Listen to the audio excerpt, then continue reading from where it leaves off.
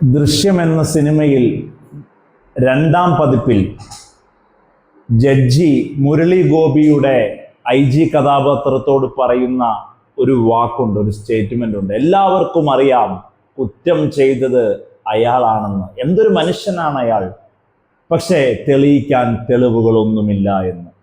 അക്ഷരാർത്ഥത്തിൽ ആ സിനിമയിലെ അവസാന സമയത്ത് പറയുന്ന ആ പഞ്ച് ഡയലോഗാണ് ഡിസംബർ 8 നടിയെ ആക്രമിച്ച കേസിൽ ഇന്നലെ കേരളം വളരെ നിരാശയോടെ ആ വിധി കേട്ടിരിക്കുമ്പോൾ മനസാക്ഷിയുള്ള ഈ വിഷയത്തെ കഴിഞ്ഞ 8 വർഷം മലയാളിയെ ഹോണ്ട് ചെയ്ത, വേട്ടയാടിയ വിഷയത്തിൽ ഓരോ ആളുകൾക്കും തോന്നിയിട്ടുണ്ടാവുക, എല്ലാവർക്കും അറിയാം ആരാണ് കുറ്റക്കാരനെന്ന്.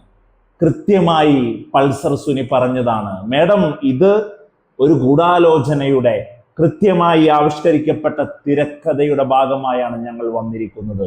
ഇതിനു പിന്നിൽ ഒരാളുണ്ട് എന്ന് പറയുമ്പോൾ എല്ലാവർക്കും എല്ലാം അറിയാവുന്നിടത്തു നിന്ന് ഊരിപ്പോകുന്നത് കാണുമ്പോൾ ഉണ്ടാകുന്ന വലിയ നിരാശ, വലിയ ഡിപ്രഷൻ, അത് മലയാളികളെ കുറച്ചുനാൾ വേട്ടയാടുക തന്നെ ചെയ്യും. ഒന്നും രണ്ടുമല്ല, എത്ര പ്രാവശ്യമാണ് പ്രോസിക്യൂട്ടർമാർ പരാതി പറഞ്ഞത്? ആക്രമിക്കപ്പെട്ട അതിജീവിത തന്നെ പറഞ്ഞിരുന്നു, ഈ ജഡ്ജിയിൽ നിന്ന് എനിക്ക് ഒരു വലിയ അനുകൂല നിലപാടുണ്ടാകുമെന്ന് ഞാൻ കരുതുന്നില്ല, കോടതി മാറ്റണം എന്ന് പറഞ്ഞതും കഴിഞ്ഞ 8 വർഷം ഈ കേസിന്റെ പിന്നാമ്പുറങ്ങളിലേക്ക് പോകുമ്പോൾ നമുക്ക് വായിച്ചെടുക്കാൻ പറ്റും. 2 പ്രോസിക്യൂട്ടർമാർ ഈ കേസ് ഉപേക്ഷിച്ചു പോയത് എന്തുകൊണ്ടാണ്? ഞങ്ങൾ പറയുന്ന സ്റ്റേറ്റ്മെന്റ് ജഡ്ജി നോട്ട് ചെയ്യുക പോലും ചെയ്യുന്നില്ല, പുച്ഛഭാവത്തോടെ, അവഗണനയോടെ ഞങ്ങളെ സമീപിക്കുന്നു. അതുകൊണ്ട് ഈ കേസുമായി മുമ്പോട്ട് പോകാൻ ഇത്രമേൽ വിലപിടിച്ച, ഇത്രമേൽ വളരെ സൂക്ഷ്മതയോടെ കൈകാര്യം ചെയ്യേണ്ട ഈ കേസിൽ മുമ്പോട്ട് പോകാനാവില്ല എന്ന് പറഞ്ഞ് 1 അല്ല 2 പ്രോസിക്യൂട്ടർമാർ പിൻവാങ്ങിയതും കഴിഞ്ഞ കേസിന്റെ നാൾ വഴികളിൽ നമ്മൾ കണ്ടതാണ്. അത്രമേൽ ഉറപ്പിച്ച് നമുക്ക് പറയാൻ പറ്റുന്ന കാര്യത്തിനെയാണ് ഇന്നലെ നിരാശയോടെയുള്ള വിധിയായി മാറിയത് എന്നുള്ളതാണ്. 100% ഈ കേസിൽ സർക്കാർ അപ്പീലിന് പോകും എന്ന് പറയുന്നത് വലിയ ആശാജനകമായ ഒരു വാർത്തയായി തന്നെയാണ് വരുന്നത്.